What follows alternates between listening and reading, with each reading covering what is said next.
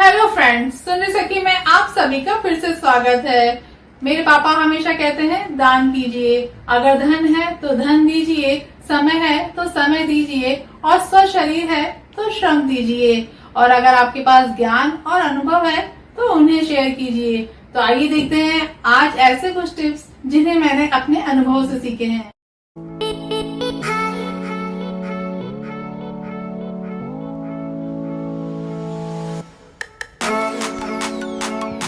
मेरे साथ तो ये होता रहता है। कभी मैं गलती से घंटी का स्विच बंद कर देती हूँ तो कभी बल्ब की जगह टीवी बंद कर देती हूँ। सारे स्विच एक जैसे होते हैं तो मैं कंफ्यूज हो जाती हूँ। बस इतना पता है कि ये रेगुलेटर के पास में पंखे का स्विच है और ये प्लग के पास में उसका बटन है। बाकी स्विच को आइडेंटिफाई करने के लिए और इनकी डांट से बचने के लिए मैं सभी स्विच पर परमानेंट मार्कर से उन पर निशान बना दिए हैं। जैसे मैंने टीवी के लिए टीवी लिख दिया है, और बी से बल्ब, और टी से ट्यूबलाइट, और जी से घंटी। अब मुझसे ये गलती नहीं होती है।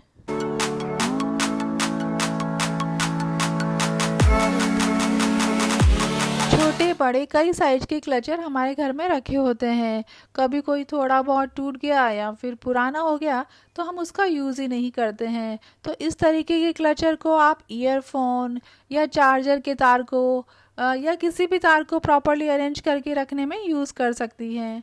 आप चाहें तो बड़े साइज के क्लचर में बड़े वाले जो तार होते हैं जैसे लैपटॉप के तार को भी आप अरेंज करके रख सकती हैं।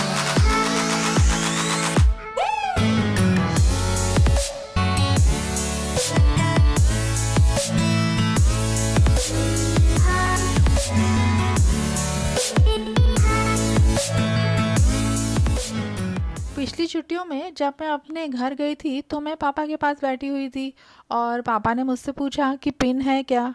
तो मैंने कहा कि आपको क्या करना है। पापा ने कहा इस ट्यूब में होल करना है। तो मैंने पापा को बताया कि इसके ढक्कन से ही आप ट्यूब को पंचर कर सकते हैं। किसी किसी ट्यूब में आगे की साइड और किसी ट्यूब में अंदर की साइड एक पॉइंट होता है, उससे आप इसमें आसानी से छेद कर सकते हैं। ठीक इसी तरह आई ड्रॉप या ईयर ड्रॉप को भी आप उसी के ढक्कन से होल कर सकते हैं। बस उसे आपको पूरी तरीके से टाइटली बंद करना है, इससे उसमें अपने आप से होल हो जाएगा।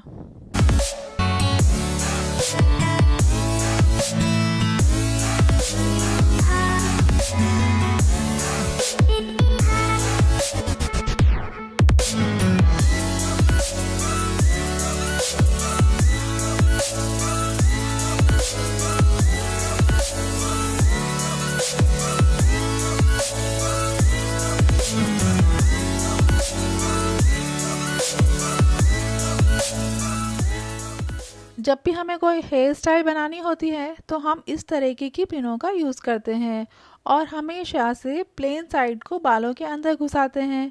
पर अगली बार जब आपको हेयर स्टाइल बनानी हो तो आप प्लेन साइड नहीं, इसके जिग जैग साइड को बालों में इंसर्ट करके देखिएगा। आपके बालों से पिन एक तो जल्दी नहीं फिसलेगी और लंबे समय तक आपकी hair style as it is, या देशी भाषा में कहूँ तो ज्यों की त्यों बनी रहेगी। बच्चों से भी हमें कभी कभी कितना कुछ सीखने को मिल जाता है। ये टिप मुझे मेरी बेटी से मिली। लिखते वक्त अगर आपको दूसरी साइड के पेज बार बार उड़कर परेशान कर रहे हैं तो आप अपने पेन का ढक्कन निकालिए और उन साइड वाले पेपर में फंसा दीजिए। इससे आपके पेपर बार बार नहीं उड़ेंगे। और दूसरा तरीका ये है कि आप तकरीबन 10-15 पेपर को पकड़कर उसे इस तरीके से फोल्ड करके कॉपी में ही फंसा दीजिए। इससे भी पेपर नहीं उड़ेंगे। तीसरा तरीका मुझे बहुत अच्छा लगा। ये 2 तरीके से काम करता है। आप अपनी कोई भी टिकटॉक पिन उन पेजों में लगा दीजिए, इससे पेज नहीं उड़ेंगे। और दूसरा फ़ायदा ये है कि ये एक बुक मार्क की तरह भी काम करेगा। छोटी छोटी बातें पर बड़े काम की, जो हमारी लाइफ को आसान बनाती हैं। कहाँ मेरी सहेली ने मुझे फ़ोन नंबर दिया तो था, कहीं ये तो नहीं। अक्सर हमारे साथ ये होता है कि हम नंबर नोट तो कर लेते हैं पर उसके आगे ये मेंशन कभी नहीं करते कि ये किसका नंबर है, और दूसरी बार जब ज़रूरत पड़ती है तो हम ढूंढते रहते हैं। तो अगली बार जब भी आप किसी का नंबर नोट करें तो उसके आगे उसका नाम ज़रूर से लिखें, और अच्छा तो ये होगा कि तुरंत उसे आप अपने फ़ोन में सेव कर। बच्चों को बर्फ़ खाने का बड़ा शौक होता है। ठंडी ठंडी चीज़ें उन्हें बड़ी अच्छी लगती है। पर ट्रे में पानी भरते वक्त आधा पानी तो वो ट्रे में और आधा पानी बाहर गिराकर काम कम करते हैं और बढ़ाते ज़्यादा हैं। तब मैंने अपनी बेटी को बताया कि पानी होल्स में नहीं, इस पॉइंट्स पर डालना है, और अगर नल से पानी भर रहे हैं तो ट्रे को थोड़ा सा झुका कर रखना है। इससे ट्रे आसानी से पूरी भर जाएगी और वो भी बिना पानी वेस्ट करे। इस तरह छोटी छोटी पर काम की बातें जो हमारी लाइफ को आसान बनाती हैं। मैंने अक्सर देखा है कि जूतों को पैर में फिट करने के लिए हम उसके अंदर अंगुली डालकर उसे खींचते हैं। पर क्या आपने नोटिस किया है जूते के पीछे की साइड जो स्ट्रिप लगी होती है उसका क्या यूज़ है? पहले मुझे भी ये बात पता नहीं थी, पर जब बच्चों के लिए इस साल शू खरीदे तब मैंने जूते पहनाने वाले को नोटिस किया। तब मुझे ये बात समझ में आई कि शू को पैर में फिट करने के लिए अंगुली नहीं, बाहर की तरफ जो स्ट्रिप लगी है उसे खींचिए। इससे आप आसानी से जूते पहन पाएंगे।